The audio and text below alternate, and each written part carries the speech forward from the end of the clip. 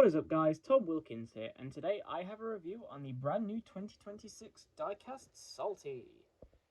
Now, Salty is a character that I had no doubt would be in the new show. I mean, Salty is just a complete evergreen character. I mean, ever since his introduction, he's been extremely popular with fans and with kids alike. And he was an all-entrants go, so it was inevitable that he would be in this new show. And for the most part, I'm fairly happy with how he looks, but I do have quite a few nitpicks with this guy. But anyway, we'll take a look at his CGI model, and we can immediately get to one of the first complaints I have about him. I don't like his new teeth. It's a very odd complaint, I realise, but Salty doesn't have his buck teeth on his bottom, on the bottom of his mouth anymore, and he just looks too normal now. Like, Salty is supposed to be such a gruff, dishevelled character, and he doesn't look like that anymore. You know, he was supposed to look like a pirate, and he doesn't. You know, he doesn't have the charm of, like, you look at this character and instantly think, oh yeah, he's an excitable old character with lots of stories to tell. This just looks like Chad. You know, any random guy you've probably seen, any random background diesel, you know, that's not what Salty's supposed to look like. And so I'm not a big fan of his new face. But it's mostly the teeth, because the rest of his face is okay. It's literally just the teeth that is bugging me. You can also see that his cap is now red for some reason, which does carry on to the toy, but anyway, we'll talk about that in a second. Back is the same as it is for all these Wave 2 diecasts, so let's not waste any time and let's just get to what you're all here to see. Once again, bought this on Tootly Thomas's website. I think he is sold out now because, I mean, I'm not surprised. Everybody wants to have a Salty in their collection. But anyway, without further ado, let's just take a look at him up close. And here is Salty out of the box, and first impressions are, yeah, definitely looks like Salty. My first initial reaction when I picked him up was, there's actually quite a good bit of weight to this guy. And now, the reason I bring this up is because I've brought it up in a few other videos about how the tariffs have affected the amount of plastic that are being used in these engines, which means that usually the front parts of their bodies or boilers is the only piece of diecast in the whole toy, and then anything on the back is made of plastic. But with Salty, which I wasn't expecting, his rear end actually is made of metal, so his cab section in the middle is plastic, but then the rear part of the rest of his body that sticks out, that's metal as well. So he actually, as a result, has a fair decent amount of weight to him, which is good, because characters like Mavis felt very lightweight and very cheap to me. Although, when I noticed that, I did also notice that straight out of the box, I don't know if you can see it on camera, you can probably hear it there, the cab is not fitted in completely snugly, which means it does actually move about, which I'm assuming that's going to be something that affects all of these toys, and that is a bit disappointing because this is a plastic piece wedged between two pieces of diecast. So however they've fitted him, it's just not gone down completely correctly, and that doesn't feel great out of the box. But that's, you know, that doesn't affect the look of the toy. That's just something I noticed straight away when I pulled him out. Speaking of things you notice straight away, the face on this guy. Hopefully it's in focus, I can't actually tell from where I'm sitting. The face on this guy is actually, yeah, it's a good face. I just don't like that they didn't give him the buck teeth. It doesn't make him look unique. He doesn't look like Salty if he doesn't have his buck teeth. Which is a shame because the rest of the face looks like Salty. You know, this is one of the best face redesigns. It's just that one crucial detail that sets him apart from the crowd is missing, and it just makes him look more generic as a result. But it's still a nice face, and we do have his cap on top, which again is painted red now, which is interesting. And then he's got his hazard stripes going around, although they don't extend around the entirety of the piece. They do just end at wherever the printing on the mold, wherever the printing machine ended, which means they don't cover the whole sides, which makes him look a bit, yeah, a bit plasticky in my opinion.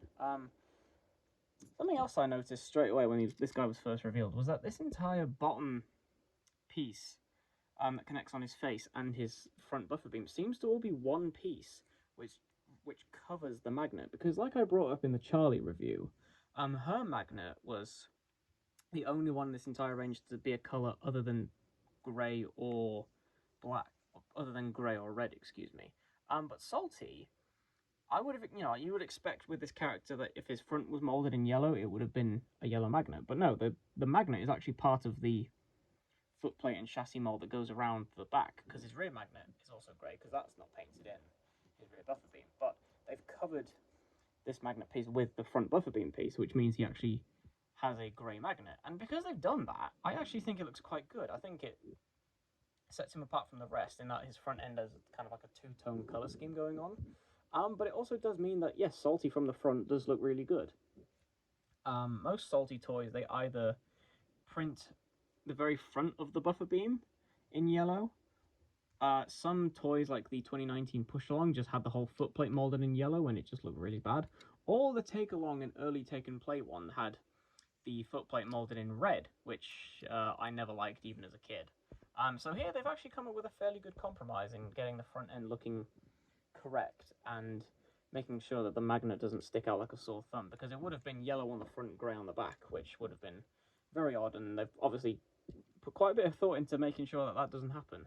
Unfortunately, they didn't put as much thought into the back of him, because, like with a lot of these characters, they've paid a lot of attention to the front and not so much to the back, because, much like Mavis, his front end is painted, his front end is coloured correctly, and his rear end is not.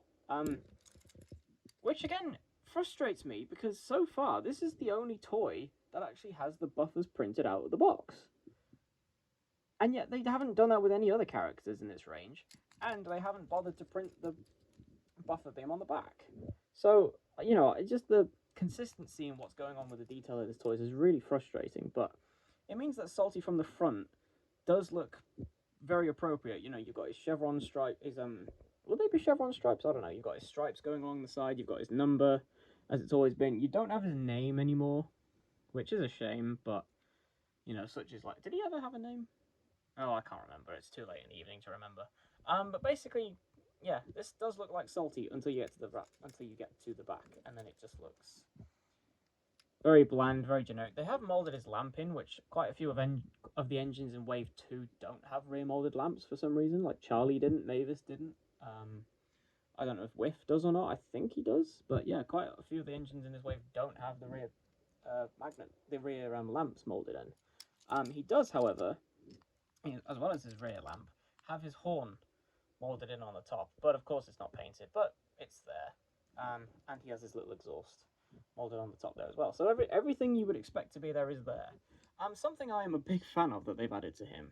They've given him the little, I'm not too sure what these pieces are, but they're like little steps underneath his buffers, which no other Salty toy has ever represented as far as I'm aware. And he also has the very little, you probably can't see it on camera, but he does have the very little handrail pieces just molded in here. Again, not painted, but they are there, which I didn't even know those were there until I actually unboxed this guy. So that's a nice bit of detailing. So, yeah, there's not too much to say about Salty, really. I think he's a decent-looking toy. He's a bit chunky, though, I think. I think Salty needs to be a little bit skinnier.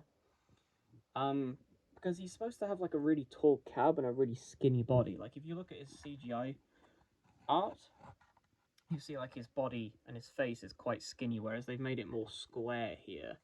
Now, we've had quite a few square diecast Salties, but I was really hoping with this one, when he was out of the box, it would look less chunky, because from the side, he looks very chunky.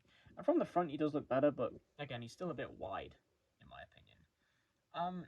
But yeah, most of the criticisms I have with this guy are just nitpicks, because for the most part, this is a very good-looking Salty toy. And he's obviously selling well, because he was one of the first ones to sell out on Toothley Thomas, and I'm sure when he does eventually show up in shops, he will be a good seller. So I would recommend getting this guy. Of course I would. You know, I feel like I'm saying that for all of these guys. I would absolutely recommend getting Salty. But yeah, there's just a few nitpicks about this guy I have that kind of keep him from being one of the best of this range. You know, like engines like Nia, I just feel like like solid 9 out of 10s in terms of the design, looking like the character and having all the details I expect. Whereas with Salty, they've got like 8 out of 10 of the details right, and then a couple of details that are missing, like the rear printed buffer beam that isn't there. Just really frustrate me, because he could look so perfect and he's just not quite there. But still, this is one of the best diecast Salties we've ever had. I think the All Engines Go one slightly looks better than this, just because of the colours on that one are a bit less garish than this one from the front. But of course, that's just personal preference. You know, I'm sure most people are going to try and hang me at the stake for saying an All Engines Go thing is better than a CGI Classic Series style Salty. But yeah, no, this is a good salty. I just think they could have pushed it a bit further, and this would have been one of the top fivers of this range so far. But as it stands, this is still a very good model. So if you see him, of course I recommend picking him up. But let's be honest, you're all going to pick him up because it's salty. You know, he's one of the only non-Railway Series characters that feels like they've been in the show forever and just feel like they're never going to die. So yeah, if you find Salty in shops, just pick him up.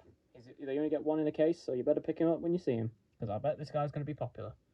Anyway, that's all from me, and I shall see you guys in the next review. So thank you very much for watching, and I'll see you later.